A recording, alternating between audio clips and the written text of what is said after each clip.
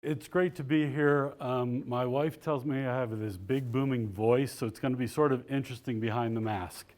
So if for some strange reason you're having a hard time hearing me, just let me know and I'll speak up a little bit more.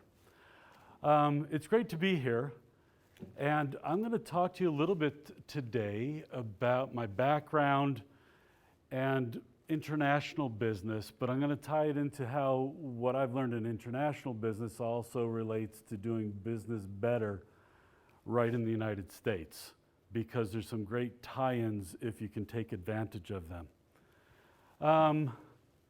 Oops, I've got control. Here's my background. On the right side, you can see my educational background. On my left side, you can see a little bit of my career path. Those are sort of the titles that I've had over the course of my career. I should have said up front, I'd be happy if this is an interactive conversation as opposed to a one-way presentation. So any kind of questions you guys have, just please ask me. And I'm actually going to ask you some questions, so please be prepared to participate, okay? So I didn't put this up here to brag or anything else like that. It just gives you an idea of a couple of things. Number one is you're going to start somewhere, and doesn't really matter where you start, as long as you're continuing to work and grow, you can move ahead in your industry, in your career, or quite frankly, you can make a conscious decision just to stay where you are and not be all over the place, but say, I like what I'm doing, and I'm going to go deep. So I have become more of what you would call a generalist. I know a lot of aspects about a lot of areas of business, but I'm not a really deep into one area. Some of your professors will know a lot about marketing, or they'll know, for example, people will ask me, well, are you an accountant? No, but I know how to speak accounting, so sometimes I sound like an accountant. People have asked me if I'm a lawyer. I say, no, but I've worked with enough lawyers, I've learned their vocabulary and how they think that sometimes people think I am. Those are the two professions that, more than anything else, people ask me if they don't really know who I am. The point there is, you get a choice between going horizontally or going deep. If you're looking at making a lot of money, there's a little phrase that's called, the riches are in the niches, which means that if you can specialize in something and leverage it, you have a great deal of opportunity to make a lot of money. The challenge is that if your skill is no longer in demand, if you are the best at, I don't know, what's just gone out of, the CEO of Kodak, when I was there, was also the guy who led the team that developed touch-tone phones. Who's the youngest person here? Do you know what a touch-tone phone is? Does anyone here not know what a touch-tone phone is? It's okay, you won't be embarrassed. Okay. We're all pretty But the point is, it was analog, and it's no longer a skill that's in demand to figure out that kind of technology. So even though he rose his career on that, it's a very narrow niche. Okay, so now here's the question I have for you guys. You got to look at that list for quite a while. What do you think I consider my most important accomplishment? I'd love to hear an answer from each of you. Teaching yourself about personal computers. Okay, teaching about personal computers. Anybody else? Teaching yourself Portuguese and Spanish. Okay, that's a good one. I think it's self-realization. You did what you love to do and you successfully did it. Okay, that's great. I actually did figure that out at some point, that I don't want a job. I want to love what I do, and then it's not a job I get to play. People ask me what my hobby is, and it's like, well, I've got a full-time job, so I guess my hobby is the clients I work with and do consulting with, because I just enjoy it so much and I get paid for it. instead of having to pay to do other stuff. It works really well. Great observation. Thoughts? The biggest accomplishment? No? Already said what I was gonna say. Pardon me? They've said what I was gonna say. Okay, that's great. So, it was a trick question. This is my biggest accomplishment. I've got 4 beautiful daughters. My wife is next to the bride, and I have 2 son-in-laws. So that was a bit of a trick question, but now we'll go back. On the career side, learning personal computers. Okay. Why am I telling you about this? And if we go back, you look at one point, this is a publicly held company, and I was the president of that subsidiary of a publicly held company. That wasn't it. That wasn't it. Everything was based upon personal computers. I got lucky, guys. And quite frankly, luck plays a part of it. And if anyone tells you anything differently, I don't believe them. I'm not saying it's all luck. What was my fortunate event? My father bought a company, and the PC had just come out, and I had taken some programming classes in college. He said, David, I need somebody to figure out what we're going to do with these things, and he hired me. So I grew up with the PC revolution, and every time they came out with a new machine, I got paid to learn how to deal with it. But we're not talking like $60,000 like now. I was paid $12 an hour, which is actually really good because that's probably equivalent to about $25 or more an hour today. But it was not glamorous work. One of the things I'll never forget is I crawled through the rafters. This is a production facility of heavy, smelly machinery, hot, in the middle of the summer, having to run cables about a quarter mile down to the other end. And it was smelly, hot, and sort of dangerous work. But guess what? I understood what cabling was at the end of that time. Once I learned that, I was able to consult a little bit, so I was a computer technician, but then I got my job. I had an MBA from the most prestigious graduate school for international management in the country and one of the top 5 in the world.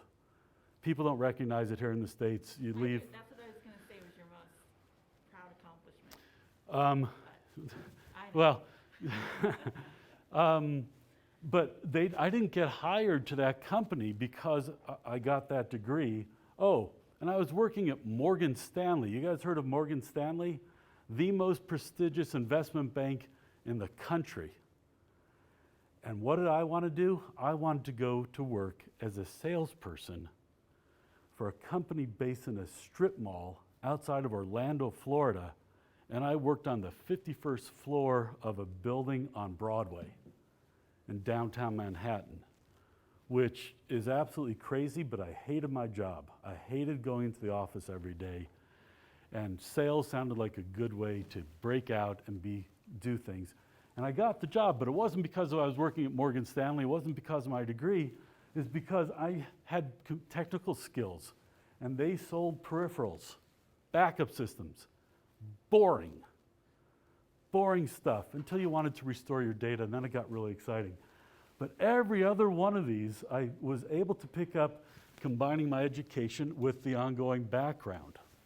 So, why did I put Spanish self-study and Portuguese self-study up there? Any thoughts? By the way, I went to class. I had 1 semester of Portuguese, and I took high school Spanish, and I had 2 months of intensive Spanish training at one point. Why did I put self-study? Go ahead. Your professional experience, a lot of them speak only Spanish and Portuguese. Absolutely. So to be able to do some of the jobs I had, which were with Latin America, I got it because of the Spanish. The Portuguese, I had 1 semester. I got off the airplane. I said the only thing I could remember, bom dia, como vai? And the guy starts just I said, no, wait a minute, slow down. Oh, what he said is, oh, os americanos nunca falam português, which means Americans never speak Portuguese. And I was like, slow down, slow down. I had to learn on my own. But that's not about me, it's about you guys. You don't learn all that much when you're in school. It's only 2 years, or 3 years, or 4 years, or 5 years, 6, whatever it is, but it's only so many hours you're sitting in a classroom. It's what you do outside the classroom is where you get your accumulated knowledge. And I studied and studied and studied, and people think I'm a natural at languages. Absolutely not. It's just work, just like most things are to most people. Questions? So, any questions so far? If you guys don't have questions, then don't talk to me. This is going to be a really fast presentation. You all want to go? Not yet. Not yet. Okay. So the personal computers, we talked about that. So I want to talk to you about 2 things: technical skills and language skills. To do international business, people need both of those. So let me talk first about the technical skills. I went to a graduate school that was for everybody had to speak a second language to graduate. And some people were from outside the United States. About half the students were from outside the US, and so they had to speak English. But nobody got hired for international jobs based on language skills alone. They got hired for their technical skills. The accountants who got hired into these multinational accounting firms, it's because they had an undergraduate accounting degree. Or there was lawyers who went, and this is their 3rd degree now, who got hired by international legal firms. I got hired onto Morgan Stanley not because of my language skills, because it didn't use any, but because of my technical skills. So what you're learning today is super important to have a fundamental skill that you can market yourself to get hired. Does that make sense? Okay. The people who went to my graduate school and who had business undergraduate degree and then a business degree, and it's an MBA, but it was called a Master's of International Management, but basically didn't have any real life skills, had an incredibly difficult time getting jobs. And at this point in my life, I considered I was going to school to get a job and to work, not just to get a cerebral education, although for me, education in and of itself is a great reward. It's about the job acquisition. Second is language skills. If you're going into international business, you need more than basic language skills. And I'm talking about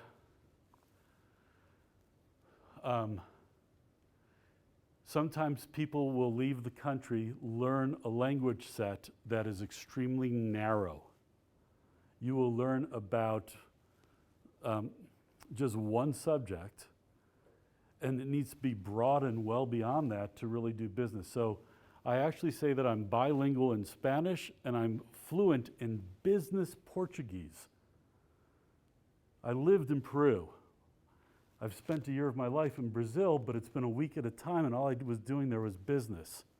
So I didn't learn all about the other aspects of life. But let's say you're not going international, you're not going into international business. Did I leave my pointer over there? I did. Well, let's talk about learning, then I'll talk about the other thing. So this doesn't just pertain, this learning and lifelong learning, to your technical skills or the language skills that I mentioned. It is about learning as much as you can. Books, webinars, professionals, and questions, professional training. The reason I know so much about legal stuff is because I've hired attorneys, and I don't just say, here, do this. I've asked them question after question after question after question, and I've worked with them so I understand the why, I understand the how, I understand some of the legal precedents that are involved with these particular things. And so you get to do that. But it wasn't just my entrepreneurial skills. When I worked in The first time I went from sales into marketing, I talked to the people who did advertising. There's different types of marketing. I was in product marketing. They did demand generation marketing. And I talked about advertising. I talked to them about PR. And I talked to them about those details. And so I didn't get all the theoretical learning that you get from school, but I got a lot of practical learning from professionals who they were narrow and deep in PR. I can still remember there's Ann at that company and Mary Ann at the other company and Chris at this company. These are the PR people that I worked with. Because for whatever reason, I became good friends with them. Well, part of it's because I think demand generation through PR is much more powerful than advertising, but that's a different topic. Yes? Oh, webinar. That's a great question. So a webinar is a seminar over the web. And this is a real word. I didn't make it up. And so I do webinars now about growing a mailing list, or I'll do a webinar about how to build an online course. And there's lots of different webinars about a lot of different things. What are you interested in? What's one of the things you're interested in? A welder. You're a welder. I'm not sure if they'd have welding webinars in general, but I'll bet you anything, if there's a new welding machine coming out from a company, that would be something, if I was building machines, that I would do webinars for people who are welders, so you could learn more about how to use my machine effectively. Well, they do have safety courses. With safety courses. Okay, so that's a safety webinar. Right, that ties in, right. So you've already taken them. Yes. Absolutely. Okay, so this is why I keep saying to you guys, what questions you have. Because you might be thinking about, you want to know something right now that's going to serve you, that I can't guess what's going to serve you. And so my time is your time, and we've got about 15 minutes left, and I think I've got, 3 more slides. So we've got time. But ongoing, lifelong learning is going to be critical to your career. I have a question, David. Yes. What are some of the books that you would recommend to the students that you find valuable? That's a really great question. Actually, it might tie in with this, critical skills. Selling. I don't care what you're doing or how you're doing it. You need to sell, because if you have your own business, let's say you're a hairdresser, you need to sell your clients to coming back. You need to get them in the door. Let's say what else? So you're a welder. Do you work for yourself or for somebody else? So you had to sell yourself to get hired. And if you want to get a new job, you're going to have to learn to sell yourself. And it's different things for different people. So there are great books. Selling, I actually, quote unquote, subscribe to a methodology called Sandler selling that is for professional salespeople. And I know the manager here who owns the franchise, and it's a type of selling. There's also spin selling, there's referral selling. It doesn't really matter. The challenge you're going to have is understanding in your career, what do you need to sell? What do you do, or what are you studying? A translator.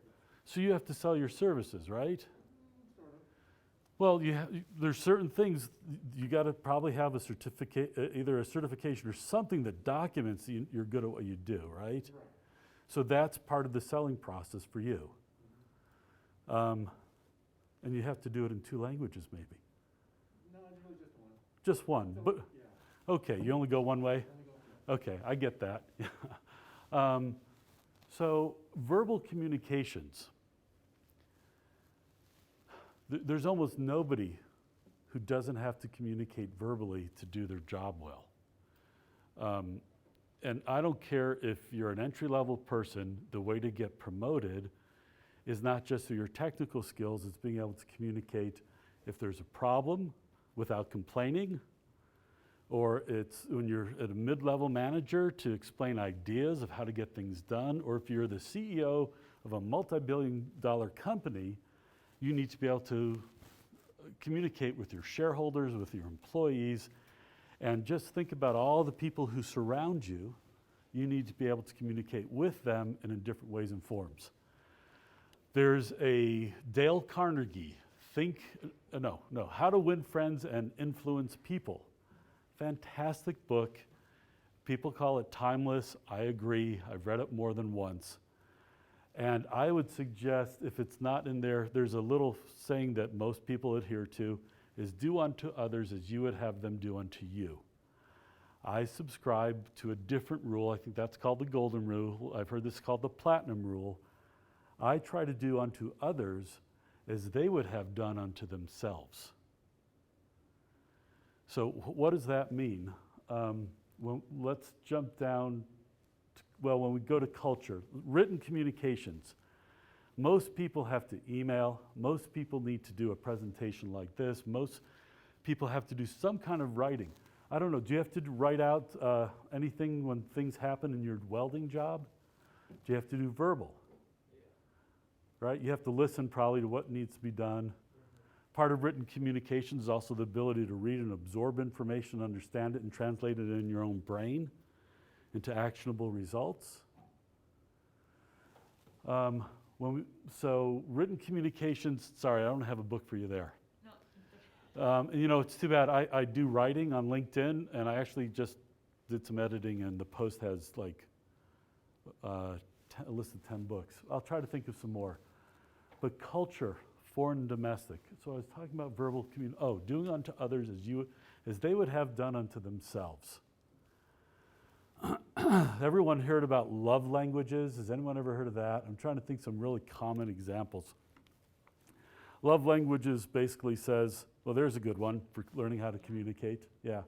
It basically says that there's 4 different language types, and depending on who you are, you like to be communicated with differently. And so that could be with gifts. One person like gifts. You're going to have to help me out here. Words of appreciation. Appreciation, yeah. One is praise. Yeah, I Words of think so. appreciation, Yeah. Others like touch and time. Touch and time. Okay. So depending on what type of personality you're interacting with would dictate how you try to communicate with them. And that's sort of part of culture. It's personal culture. We also deal with other cultures. When I'm out in a country for the first time, I do research on their history, basic, one page, very basic. Their history, their foods, their basic languages for hello, goodbye, bathroom, and water. That kind of 10 words, 30 words. And I try to get a sense of the type of culture they are. If they're high touch, there's something called proximity. That certain cultures, the U.S. is a halfway proximity. I won't stay here too long. We usually stand about this far apart. When you're in an Arab country, they're like this. Most Americans would be very uncomfortable. And then in other countries, this would be more of a normal speaking distance. And it's a small thing, but if you don't adhere to the cultural norm, you could be taken as very aggressive or very cold and completely blow up a business deal. Okay. It is so much easier outside the United States than inside the United States to figure out cultural differences. One that we all experience probably on a regular basis is something we do 3 times a day, which is what? Eat. Food is a cultural experience. So we get to experience here a little bit of Mexican, I have a favorite Peruvian restaurant, there's Brazilian restaurants, so you get a little flavor for the culture, most of which are nowhere near as good as actually being in the country, but that's okay. The challenge we have when we're inside the United States is oftentimes we have an expectation that they're going to act just like me. Well, you're from the U.S., you're from the U.S. I don't know if everybody here is from the United States. It doesn't matter. And one of the hardest cultural adaptations I've ever had to do was adapting to local Utah culture. Is anyone here born and raised in Utah? One.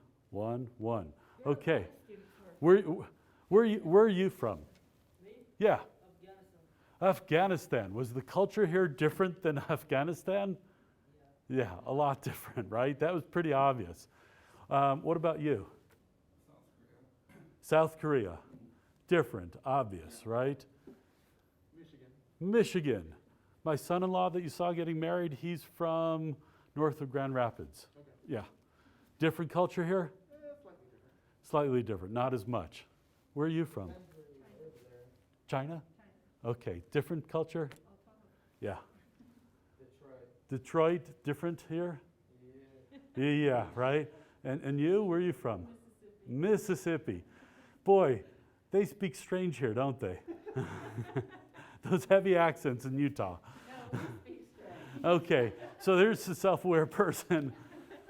So it's funny because my family's from Brooklyn, New York, and so people consider me extremely aggressive, so I've had to learn how to dial that back. I speak very loudly, so I've had to learn how to speak softly. I'm very blunt, which apparently people keep telling me they love it, but at the end of the day, they don't like it so much. It's the hardest thing we do inside the United States because we're such a melting pot, is learning each other's cultures. And I would suggest if you have the time and opportunity to take either a class or do some online study, especially if you're working with somebody from a different part of the country or a different part of the world, so you can understand them a little bit better, and it will reduce significantly the conflict, and it will help you have a better relationship with other people. At my full-time job, I was asked, do I have any best friends at work? And it's like, no, not really. They're all from Utah. And I was like, no, that was the observation. Sorry, that's second. Then I said, oh, wait a minute. I've got a really good friend in Ghana. I've got a really good friend down in Brazil. I'm really close friends with people in Portugal and Spain. Nobody was from the United States. And then we realized the people who I work with here are all from Utah, and it's not that I dislike them, they're just different, and I force myself to conform to the local culture, and it's just different. So hopefully I haven't offended anybody watching or here. I have offended some people saying this, but what I say when people from Utah have a hard time with this, I said, wait a minute, I'm from New York, so you have an expectation of how I'm going to act. And they say, yep, you're a New Yorker. You act like a New Yorker. And they said, what about California? Oh yeah, Californians. So okay, it's the same thing for people coming here.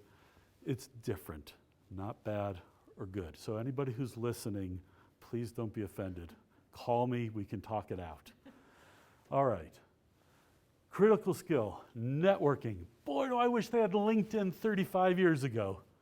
I'd have this huge, powerful network that I've reconnected with some people. If you guys are not in LinkedIn, even if you have no intention of networking today, use it and start connecting, because at some point you may want help. We have a LinkedIn assignment in this class and a whole lesson on how to use LinkedIn. Good.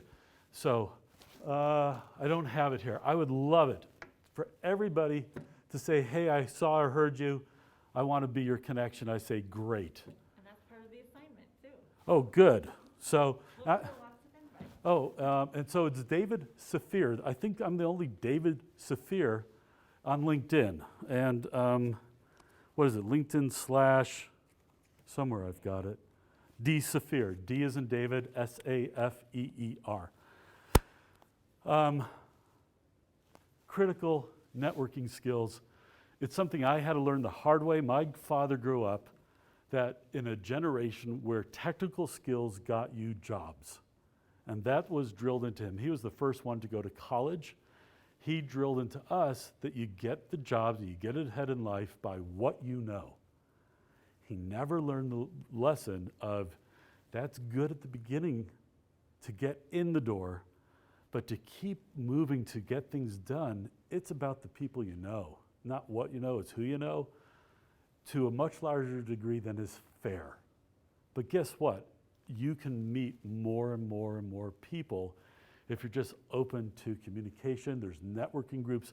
I am not a natural networker. Matter of fact, I was so shy as a kid, my mom was really worried that I'd ever able to do anything and function as an adult. I still have certain tendencies in large groups, but I learned how to network. There's a group called BNI, Business Networking International, that I went to, and I learned and I took their materials and I self-taught myself. They provided the materials, but I had to follow the instructions. There's all sorts of people who are in those groups. They don't learn anything, and they never learn how to network, and so they don't get anything out of it. Networking is an essential skill, and to the point where I was in Portugal, I wanted to meet with somebody, and I threw out on LinkedIn, hey, does anyone know, I'm going to be in Portugal and Spain. And I had somebody in Hong Kong, somebody say, hey, I know somebody from Portugal, but she lives in Hong Kong. She connected with me, said, hey, I'll hook you up with my brother.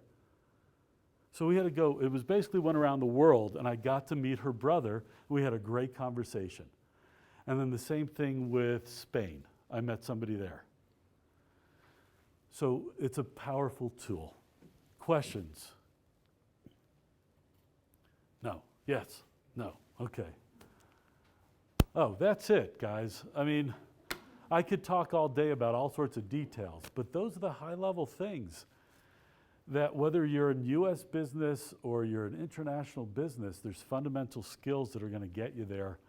And getting the associate's degree or bachelor's degree or master's degree or doctorate degree is only a stepping stone. It's a lot of what you do outside the classroom that really helps you move forward. Thanks. It's been great being here, and I'm not going anywhere for 5 or 10 minutes if anyone wants to chat. And I had a friend who worked for Pepsi said, David, you can always do that. You only get 1 or 2 chances to work for large corporations, and that's usually on the entry level, because if you don't have the experience, you won't move up. And so I ended up working for Morgan Stanley. And guess what? I only worked for them for 11 months. Did you guys know that I only worked for them for 11 months when I told you that? No, but you guys all recognize Morgan Stanley. Said, oh my goodness, he worked for Morgan Stanley. So if you are at all thinking that you want, and you will never find world-class anything in a small company that I've ever seen. They don't have the resources. So I worked at Kodak. Again, now that one I worked for 5 years. But if I just said I worked for Kodak and worked, so it doesn't really matter. And I saw incredible things there that I would never learn anywhere else, that I now can apply to entrepreneurial things, and you can do a lot of world-class things for very inexpensively. It's more what's between your ears than it is any kind of money or technology. So if you're debating, I would suggest you try a big company. My son-in-law is working for Google right now. My daughter worked for Apple for 6 months because it was a temporary position. But guess what? She's worked for Apple for the rest of her life. It's on her resume. And she can tell exactly what she supported every single Apple store in the entire world. Okay, she did it for 6 months, but Apple thought enough of her to hire her.